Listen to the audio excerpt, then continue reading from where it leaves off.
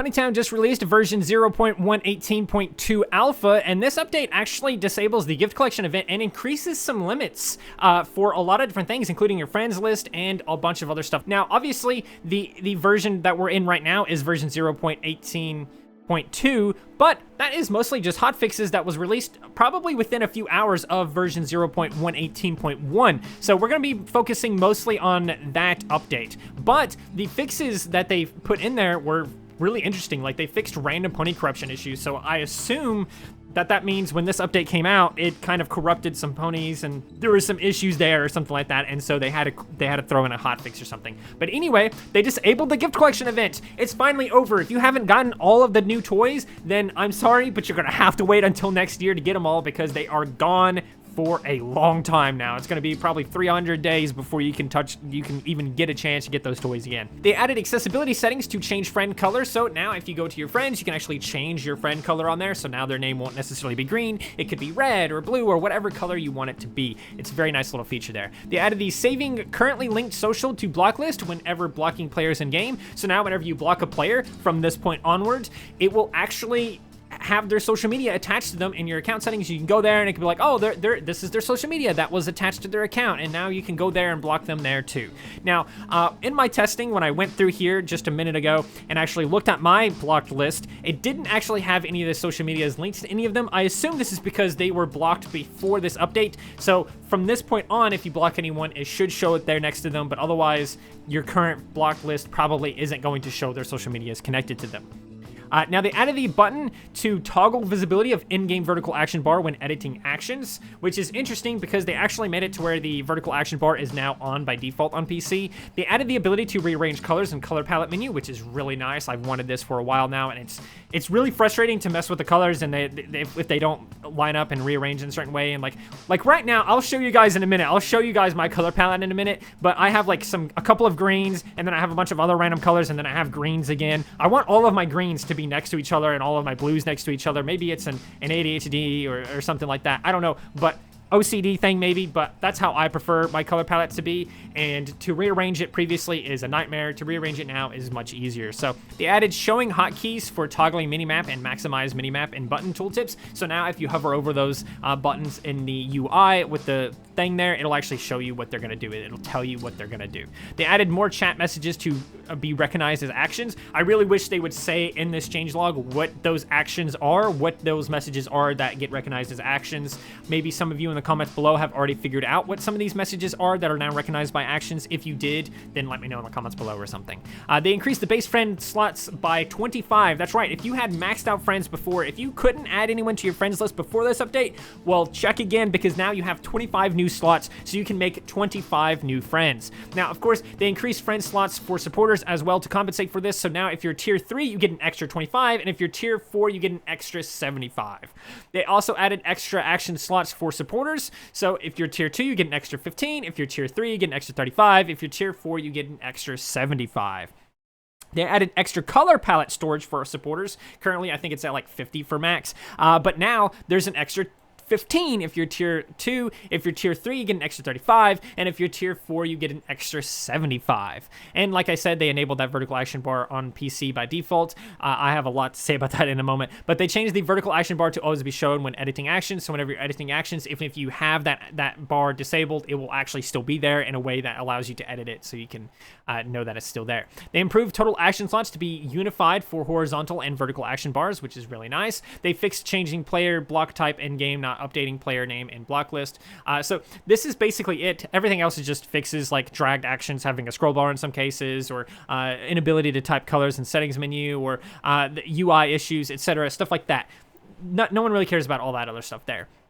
So let's go ahead and close this out here and go over here, and we can like edit Skella here. Now, if you guys don't know what the color palette is, it's basically this thing right here in your menu. Like whenever you're going to edit a character or something else like that, it could be anywhere, any of these tabs or something like that. It's right here next to these two arrows. It's 4 squares and a plus. Well, technically it's 3 squares and then a plus in the bottom right. You can also press K to do it, but if you click on this, it'll actually bring up this color palette right here, which allows you to save colors. So for example, if I make a specific color, like let's say this color, and I want to use this for other ponies, I can actually grab that color and drop it over into this menu over here, and that is quite lovely. Now this is saved. You can now rearrange these. As you can see, if I just grab that color I just made and try to move it over here or something like that, it gets all kinds of stuff. And I can actually grab it and just delete it. That's been a thing forever. The color palette's been a thing forever, but now you can rearrange, and that's the main thing here. So as you can see, like I said, I have a lot of greens next to each other, but I need all of my greens next to each other. Like I want all of them next to each other, and I want them to kind of be like in terms of like growing slightly darker or whatever else like that. Like that's how I want my color palette to be. And I can sit here and I can rearrange this as much as I want, and it's super easy and super convenient. And as a tier 4 supporter, I can have 125. But let's go ahead and revert Skella and go into game so we can check out some of these other features, like this vertical action bar over here on the right. Now they actually changed the default vertical actions on PC here. I don't know why they chose the ones that they did. Like I said earlier, I kind of have a lot to say about the vertical action bar. I'm not a big fan of it. On mobile, it's kind of convenient, but for the most part, I just don't really like the vertical action bar, and that's okay. Some people can find use out of it. But either way, I do find it very odd that on PC, they make the plus and minus, the zoom in, zoom out option default for some reason. To me, that's really strange because on PC, we could just press P and O on our screens to do it. Maybe they thought like, oh, not a lot of players know that you can use O and P, or maybe they have it binded to something else, so we'll have that be default. I also don't understand why they had undo and redo be default as well, because again, we have, you know, Z for undo and Y for redo. So I don't understand again why that's there on PC.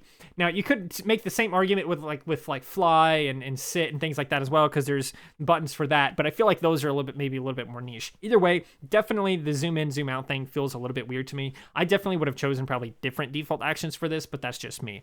Now, if you want to disable this vertical action bar, because it is on by default, you have to do something a little bit strange. Now, I don't know if this is true or not, and maybe it's a Mandela effect thing that's happening to me here, but I remember on mobile being able to just go to my settings, and there was something in the settings to allow me to disable the vertical action bar, and I didn't have to do a specific thing. I didn't have to go to action settings, or I could choose either or settings. But right now, if you want to disable the vertical action bar, you have to actually go to your action settings, and there's two ways to do it. You have a gear icon in the bottom right corner, or wherever your bottom actions end at.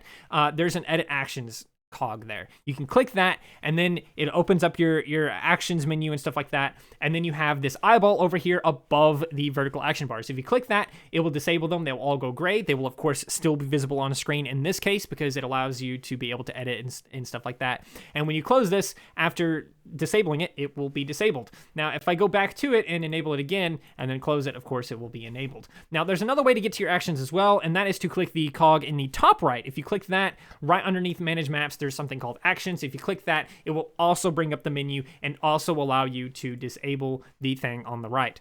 I don't know why, but I remember being able to go to my settings. I remember being able to click this and then going to settings and then going to like display or something to that effect, and being able to disable it here on mobile at least. So I don't know if they changed that or if that ever was a thing. I genuinely remember being able to do that, but it's not here now. So you cannot go to your settings to do it. You have to go to the actions, which is technically a different settings. And in my opinion, honestly, like when you go to settings, there should be something listed here called actions, and then you click it and it brings up your action settings. In my opinion, you should be able to do that. I don't know why it's not like that, but either way, that's how you disable that. And genuinely, I'm never going to have it enabled probably ever, because I don't have a use for it.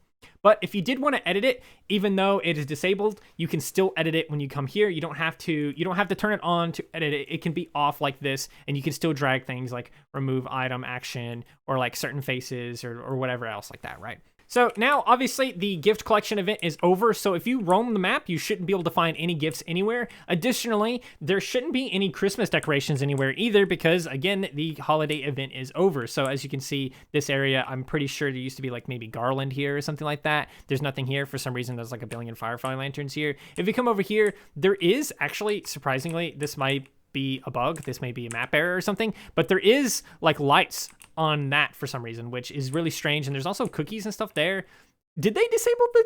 Yeah, there's not. They did disable it, and they were supposed to remove all the decorations as far as I know, but for some reason there are still some in the marketplace area, which is strange. It's probably an oversight. They probably just forgot it or something like that, so definitely expect those to go away pretty soon. Now, that's literally the only place, just this one corner, so that's really weird. I wonder why that is the case. But either way, Christmas is now over, so I'm so sorry if you didn't get all of the toys. I wish there was something I could do for you, but unfortunately there's not. So that is going to do it for the video. That's all the updates for this for now. So I hope you guys enjoyed. If you did, oh wait, actually, hang on. I got to show off the color change. Oh, I don't think I can. Stupid. There he is. Okay, so his name is Green. I'll come over here to settings. Go to, I actually don't know where it is. Oh, it's an accessibility because it's an accessibility thing. So the friend color, we now know the exact color code for it, but I can change it to be black for some reason and then hit OK. And now when I hover over his name, it's just black. I don't recommend doing this because as you can see, it's impossible to read his name. But now my friends look like that. And also on my mini map, they should also appear as little black dots. So if you wanted to change that for whatever reason, if for some reason that color has always been bothersome to you, then you can, of course, change that. Just like you can change the party color and the whisper color. And so I think now they're finally done with those kinds of changes because you can now change the color of basically anything, I think. There might be something else I'm not thinking of, but I'm pretty sure you can now change the color of just about anything. So anyway, that is it for the updates. I hope you guys enjoyed. If you did, please do consider liking, subscribing, sharing, and doing all of those wonderful things like that. Because when you do wonderful things like that, not only do you get access to wonderful content such as this, you just get to become wonderful yourself. And I think we all want that. So do those wonderful things, and until next time, stay wonderful.